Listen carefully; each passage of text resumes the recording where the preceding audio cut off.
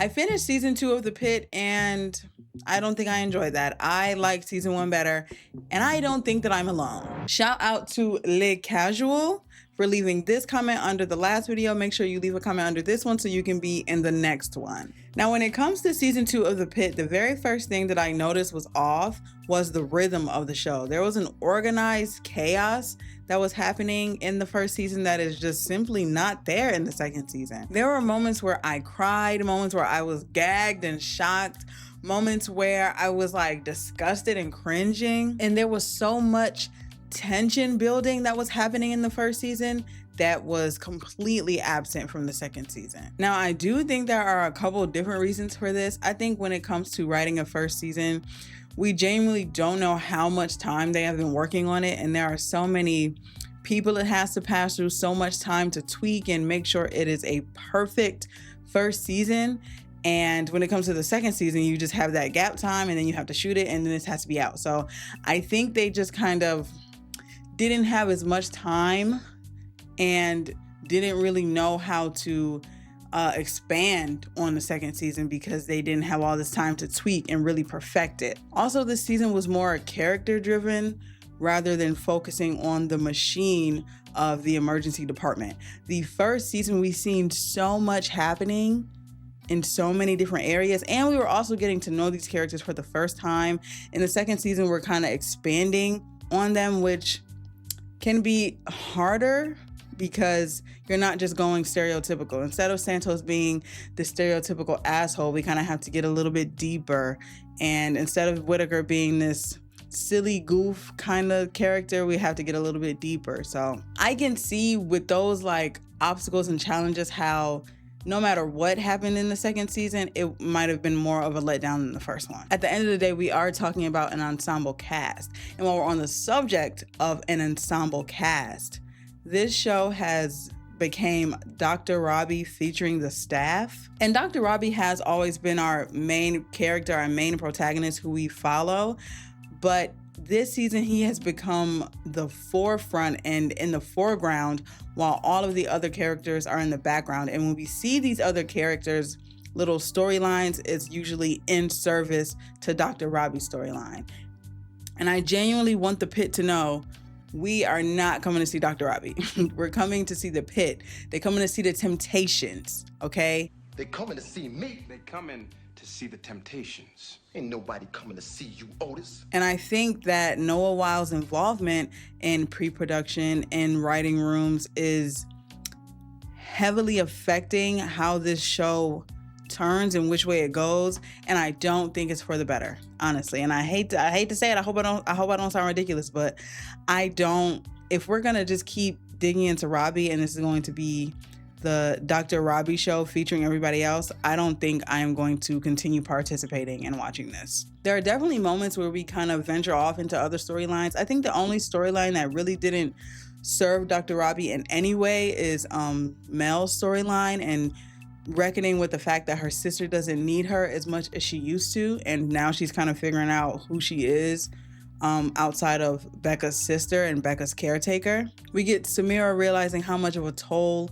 her outside life is taking on her job. Dr. Javadi is dealing with mental health and wondering if this is the job for her. But they all really do feel like fillers and something to do while we are surrounding our A story, which is Dr. Robbie. I feel like Dr. Langdon had such a pivotal storyline and we only dibbled and dabbled in it, which is insane because in the first season, his storyline was like the most jaw-dropping and the most interesting to me.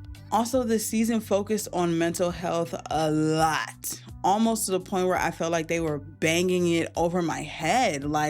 And of course, I'm not anti-mental health, but from the patients that were coming in, like the boy who was diagnosed with schizophrenia, or the mom who was stepping into oncoming traffic, to the staff, Dr. Robbie, Dr. Santos, it was just, this theme is mental health and everybody is going to be dealing with the exact same thing throughout the entire season. And it honestly just felt like lazy writing.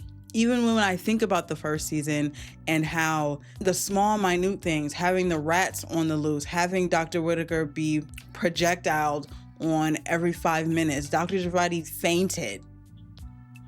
And to kind of sell us on that and kind of get us on that vibe, and then to put out the second season and completely fold with that same energy is insane. It's insane. And it feels like, okay, has this just become the Noah Wild show? Because that's not what I signed up for. No shade.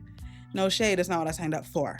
All that being said, I'm interested to see where the next season goes. I will give season 3 a chance, but if I'm pissed off by episode 4, I'm off it. I'm not lying to you. I'm off it. I can't. I literally can't. I know that we'll be getting a couple of new actors every season, and there's like a turnover, which I'm not completely against. I think that it is fun, and I think that that is something that keeps it engaging, constantly being introduced to new characters and kind of getting new dynamics thrown into the mix, while also keeping some of those stronghold characters. My only issue is that all of the characters that are getting turned over and that are kind of revolving out are women, and then women of color at that. Like, this is like, I find that very interesting that those are the characters that are getting revolving door. Or I have to look at Dr. You know what?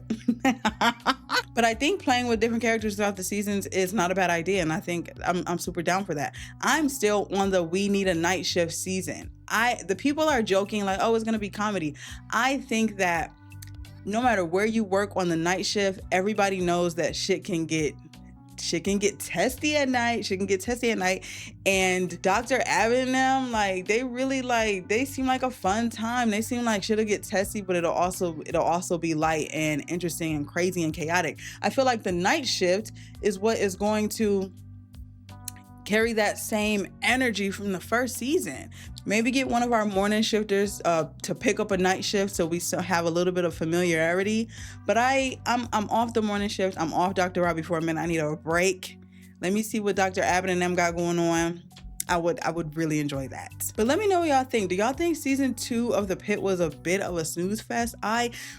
Just as a follow-up, it was just very, very disappointing. Very sadly. I hope that doesn't hurt anybody's feelings. I hope that all of this flack and backlash that they're getting for how that season played out will force them to not be as lazy and kind of get some of that energy and momentum that the first season had for season 3. Because if not, I'm out. I am on the road to 1,000 subscribers. Once I hit 1,000, I will be gifting a Patreon account on Letterboxd to one of my lovely subs. So let me know what you guys think down in the comments while you're down there. Hit the subscribe, and I'll see you guys next time.